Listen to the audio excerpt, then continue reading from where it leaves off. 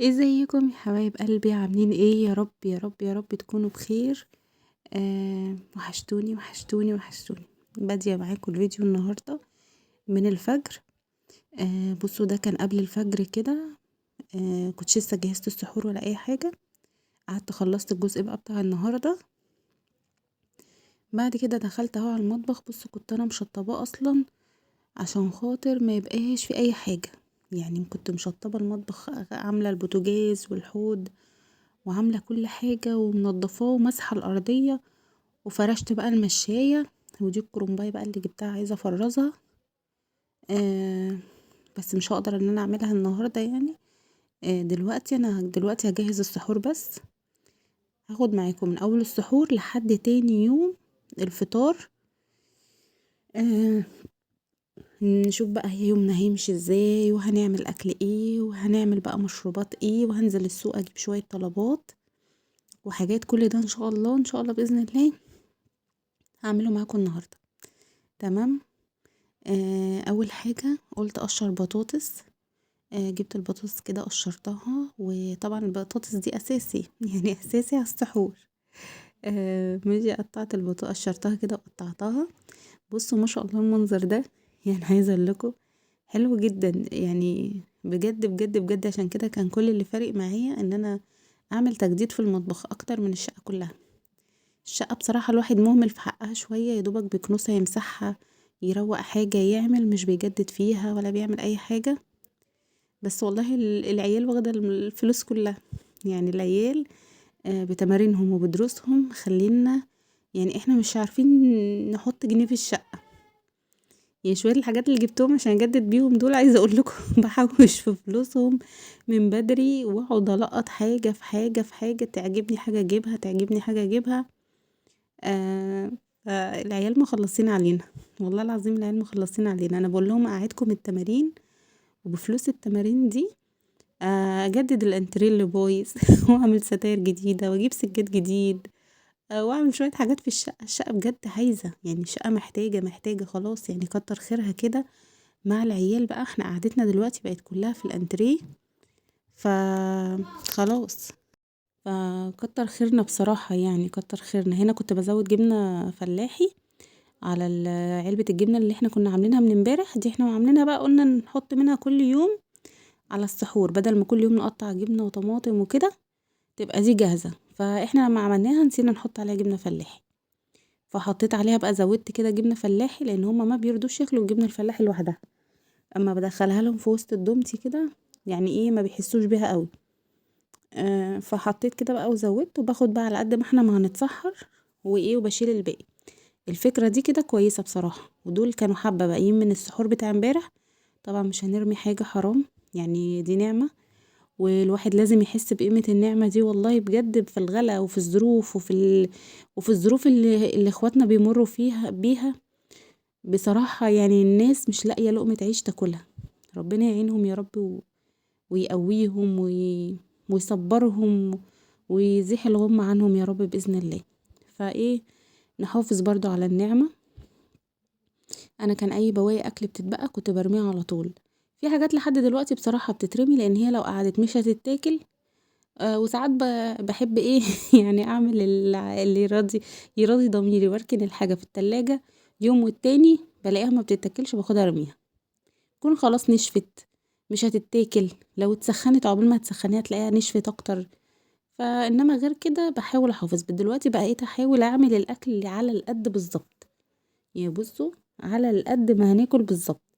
هي الجبنة اللي بتطلع معايا كل يوم زيادة، او هما ما بياكلوش في الجبنة كتير، فبيبقى منها عادي بنخليها للسحور بتاع تاني يوم، مفيش مشكلة يعني.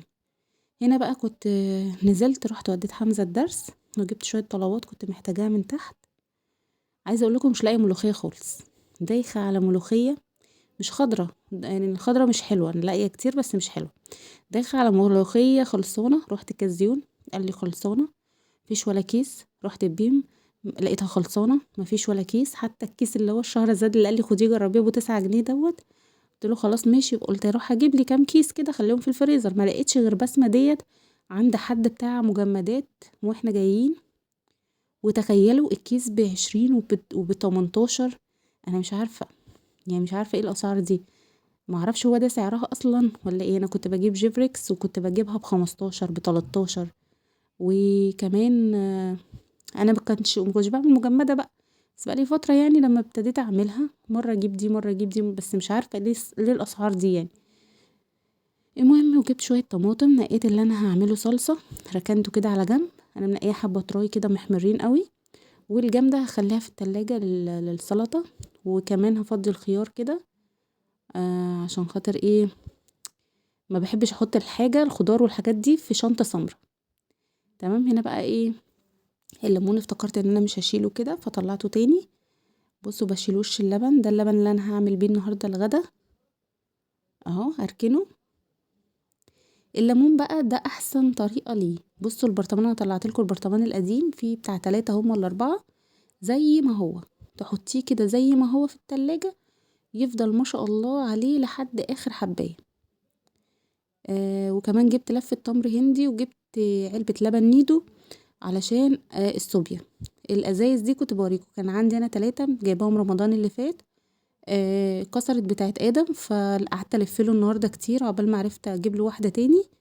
جبت له بقى عشان خاطر يبقى هما ال3 ازايزهم زي بعض كده. هنا طلعت البلح بقى، قلت هجهز بلح باللبن عشان الغدا عشان الفطار ولا ايه. هفضي البلح بس هفضي القديم فوق، واخلي الجديد هو اللي تحت عشان اخلص القديم الاول.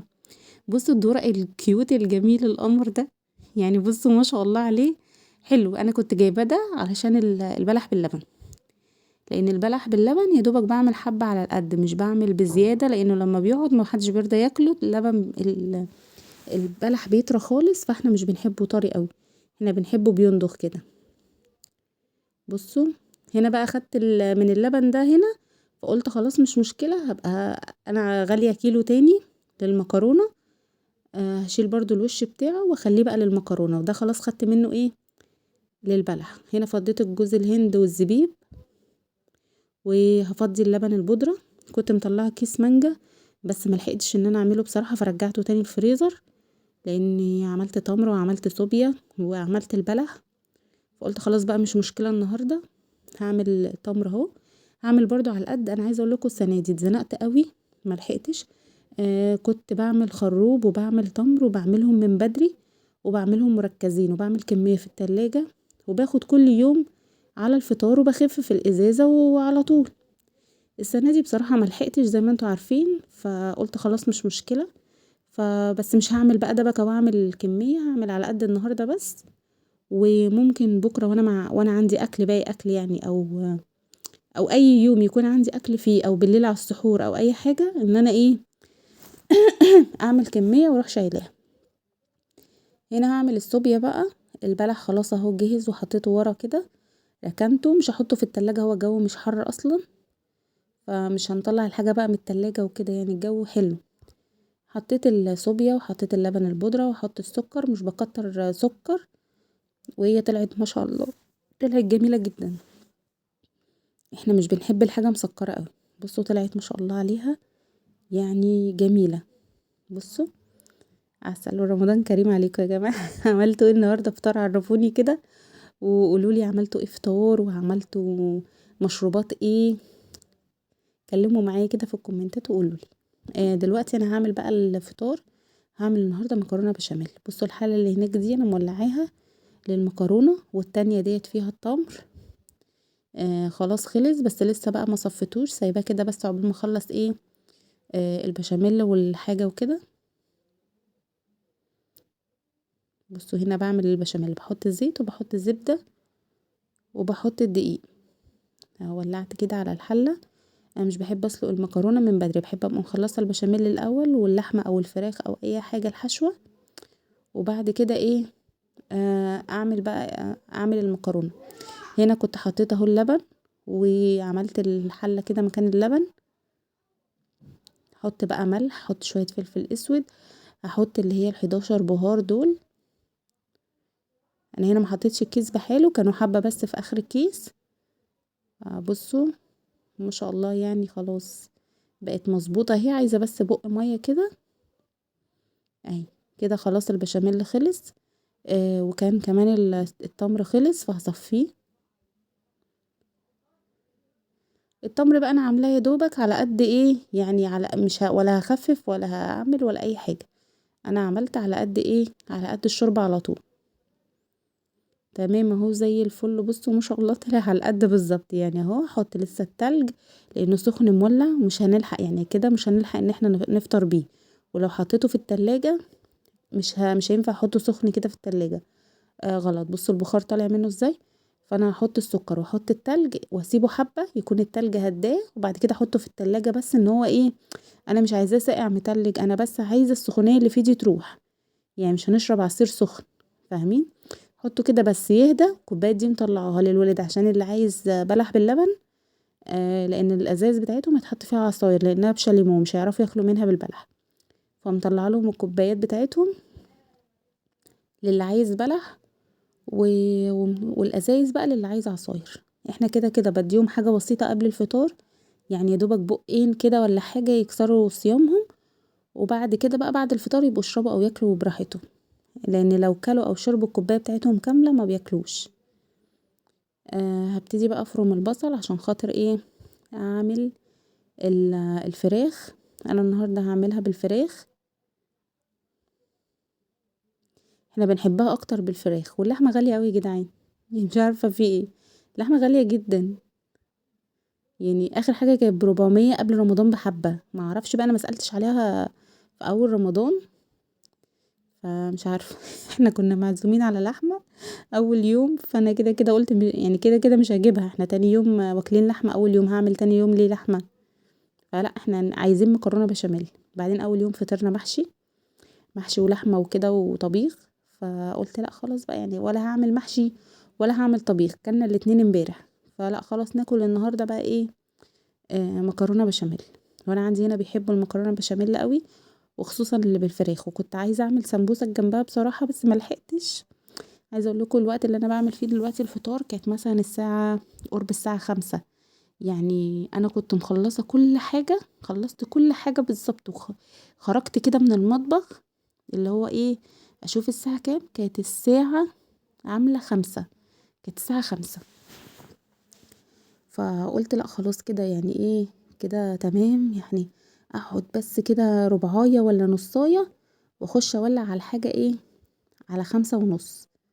وفعلا على الساعة 6 كان البطاطس اتحمرت، وكانت الصوانية الفراخ والصينية البشاميل ولا ايه والطاجن استووا على الساعة 6 بالظبط. يعني انا كنت بصب الكوبايات وكنت طافية عليهم وفاتحة باب الفرن بس كده يهدوا. قعدت بقى في النص ساعة دي، انتوا فاكرين يعني ان انا خرجت النص ساعة دي اريح مثلا لا قدر الله كده ولا حاجة؟ absolutely. خرجت النص ساعة دي، مسكت النعناع اللي انا كنت جايباه ده اللي جبته معاكم الصبح. هنا جوزي كان هيقطع فلفل على السلطه، قلت له لا حرام احنا صايمين والعيال كده مش هتاكل. وهي كده كده العيال ما كانتش اصلا بالسلطه، حتى لما ما حطش فلفل هم ما كلوش من السلطه. بس احنا قلت له زود، نعمل كميه سلطه كده حلوه. هو في الوقت اللي كان بيعمل فيه السلطه ده كنت انا بعمل فيه البطاطس، بقشر بطاطس وبقطعها ورا الناحيه التانية يعني على الحوض. قلت له بقى زود عشان خاطر السحور. بصراحه السلطه على السحور بتفرق جدا جدا جدا، يعني بتبلع كده. جايبه الخيار ب20 جنيه النهارده يا جدعان. ليه الخيار ليه ب20 جنيه؟ ليه يعني قولولي بس، ليه ب20 جنيه الخيار؟ انا مش فاهمه. هي كل حاجه غاليه وكل حاجه مولعه، والبتنجان ب30 ومعرفش إيه. بس مش عارفه ليه يعني، ليه كده ليه يعني، ليه الاسعار دي؟ انا ركنت بقى خلاص حاجه السلطه كده وركنه البطاطس. بوريكم بقى ايه الحاجه قبل ما اخرج كده من المطبخ. بصوا الدنيا طبعا ما قدرتش وما كانش فيه وقت وخرجت بقى في النص ساعة دول قرطفت النعناع كله عشان هخزنه. وركنته بقى دلوقتي لان الحوض مليان مواعين وحاجات ما عرفتش ان انا اعمله. جهزت الصينيه هي بتاعه المشروبات.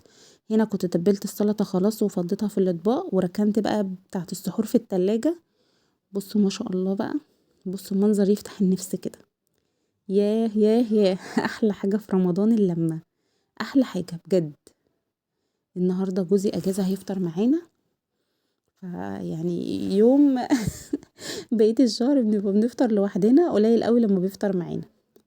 المهم هنا حطيت ده زي ما انتوا شايفين كده نصاص عشان خاطر ايه يعرفوا ياكلوا، وقلت لهم بعد الاكل براحتكم. هنا في الوقت اللي انا غرفت فيه الكوبايات ده كان خلاص، بصوا كانت المكرونه خلاص وغرفتها في الاطباق اهو، وادي الطاجن اهو عملته. الطاجن ده ليا انا، ما كلتوش كله يعني، كلت نصه بس، ايه اللي هو انا عملت صينيه صغنونه جدا، ودول بقى ركنتهم لبكره. احنا كده كده الطاجن ده اتبقى مني نصه واتبقى كمان حبه، فيعتبر الطاجن رجع زي ما هو. والتلات طواجن دول بقى لبكره ان شاء الله. بطاطس محمره اهي خلاص، دنيا بقى تمام. قعدت ريحت حبه بعد الفطار. عايزه اقول لكم اتقلبت مكاني كده زي ما انا كده على الارض، هات المخده دي يا ابني ناولها لي. ورحت مقلوبه كده اللي هو مش قادره، فصلت يا جدعان من الصبح بلف. يعني وديت حمزه الدرس ولفيت كميه لف عقبال ما جبت طلباتي وحاجتي وكله. رجعت جبته من الدرس وجيت كل ده بالشنط، وجبت شويه طلبات وحاجات وجيت، فهلكت بجد. هنا بقى هعمل ايه؟ هعمل حبة نسكافيه كده يفوقوني، لاني فاصلة خالص. هاخد بقى كوباية النسكافيه واروح على الركن بتاعي كده الجميل الحلو اللذيذ ده، اشربها واصلي كده اللي ورايا واقرا شوية في القرآن، وايه اقول لكم ان شاء الله اشوفكم بكرة على خير بإذن الله. باي باي.